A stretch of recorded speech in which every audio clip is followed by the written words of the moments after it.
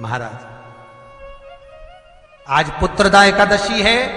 जिस नारी को संतान नहीं हो रही हो, बहुत प्रयास कर लिया हो, पुत्रदा एकादशी पूरे साल में 2 बार आती है।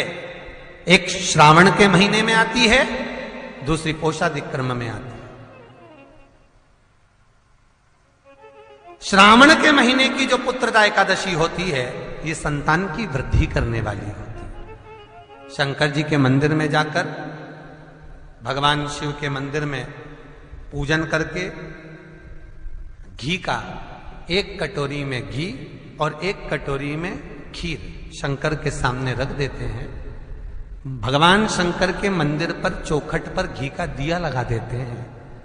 शंकर जी की चढ़ी हुई 1 बेलपत्र साथ में रखें और 1 बेलपत्र को उठाकर शंकर जी के मंदिर की चौखट पे ही बैठकर चबा चबा कर खा लेते हैं। जो 1 बेलपत्र लेकर आए हैं वो अपने पति को खिला देते हैं। कहते हैं पुत्रदा एकादशी के दिन ये कर लेने पर संतान की प्राप्ति हो जाती है, पुत्र की प्राप्ति हो जाती है। ये वो एकादशी है। सबसे पहला नियम एकादशी व्रत का, सबसे पहला नियम है कि आप जिस दिन व्रत करो उसके 1 दिन पहले भक्ति का संचार इस हृदय में कर लो। भक्ति का संचार इस हृदय में कर लीजिए। जिस दिन आप व्रत करो, जैसे एकादशी का व्रत कर रहे हो, तो दशमी के दिन शाम का समय जब आवे, रात्रि जब होने लगे, शाम का समय आवे और रात्रि का आप जब भोजन ग्रहण करो, तो उस भोजन में कोई ऐसा पदार्थ ग्रहण मत करिए जिस पदार्थ के कारण आपकी एकादशी बिगड़ जाए।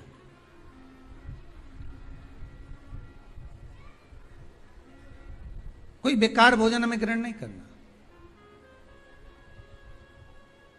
श्रेष्ठ भोजन ग्रहण करिए दशमी के। और एकादशी का दूसरा नियम बहुत ध्यान से सुनिएगा। जिस दिन आपकी एकादशी का व्रत हो, उस दिन प्रयास करिएगा कि अपने हाथ से किसी भी वृक्ष की कोई पत्ती टूटे ना। अपने हाथ से किसी भी वृक्ष की, पौधे की, किसी भी वृक्ष की पत्ती अपने हाथ से ना टूटे। बहुत ध्यान दीजिएगा महाराज। एकादशी का ये दूसरा नियम है कि अपने हाथ से किसी पौधे की, किसी वृक्ष की, किसी डाली की कोई पत्ती टूटे ना, कोई पत्ती ना टूटे, इसका प्रयास करिए।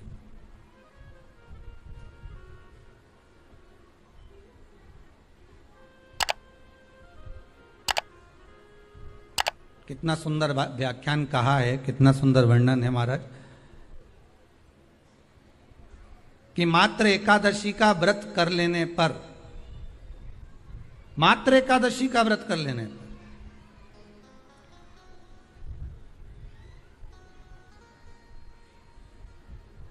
जो पूर्व में किया गया हमारा पाप कर्म है, हमने किसी जीव की हत्या करी है, हमने किसी को कष्ट प्रदान करा है, हमने किसी को अपशब्द कहा है, हमने किसी को ताने दिए, हमने किसी को आड़ा टेढ़ा कहा है, हमने किसी को गालियां दे दी है, मात्र एकादशी का व्रत ही कर लेने पर ये सारे जो दोष हैं वो समाप्त हो जाते हैं।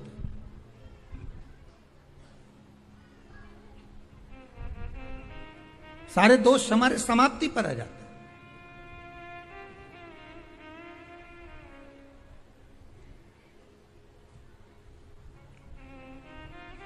अब एक विचार करिएगा थोड़ा सा अपने मन में, अपने चित्त में, अपनी वृत्ति में एक बात उतारिएगा।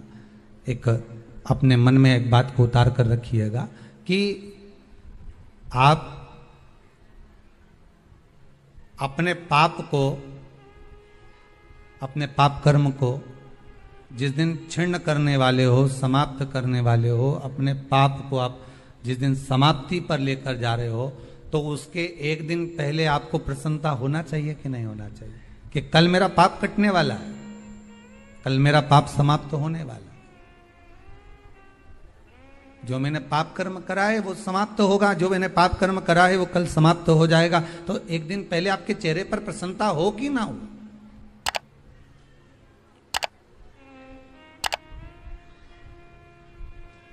और चेहरे पर वो प्रसन्नता आपके आना चाहिए कि कल मेरा एकादशी का व्रत है, आज दशमी है, कल एकादशी का व्रत है, तो कल मेरी जब एकादशी का व्रत रहेगा तो मेरा ना जाने कितना कितना पाप, कितना असत्य, कितना झूठ, कितना प्रपंच वो समाप्त हो जाएगा। इसमें मुझे प्रसन्नता हो, इसमें मुझे आनंदता हो।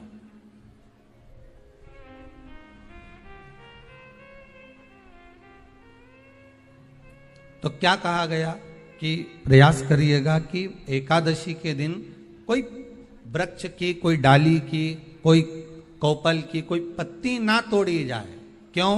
तो कहा अगर उस पत्ती को हम तोड़ देते हैं, वृक्ष की पत्ती को या क्यारे में लगी हुई कोई डाली की पत्ती को हम तोड़ देते हैं तो एकादशी का पुण्य फल प्राप्त नहीं होता, एकादशी का कोई फल हमारे खाते में नहीं जाता, पुण्य फल प्राप्त। अब फिर भले तुम चाहे तुमने मोरदन खाया हो, चाहे तुमने फिर चिप्स खाई हो, चाहे तुमने फिर व्रत का कितना ही सामान खा गए हो और तुमने सोचा कि आज मेरी एकादशी है, तो फिर उसका कोई फल प्राप्त नहीं, उसका कोई सुख प्राप्त नहीं आपको, फिर उसका कोई आनंद प्राप्त नहीं आपको, फिर उसमें कोई आनंद की अनुभूति आपको नहीं मिल रही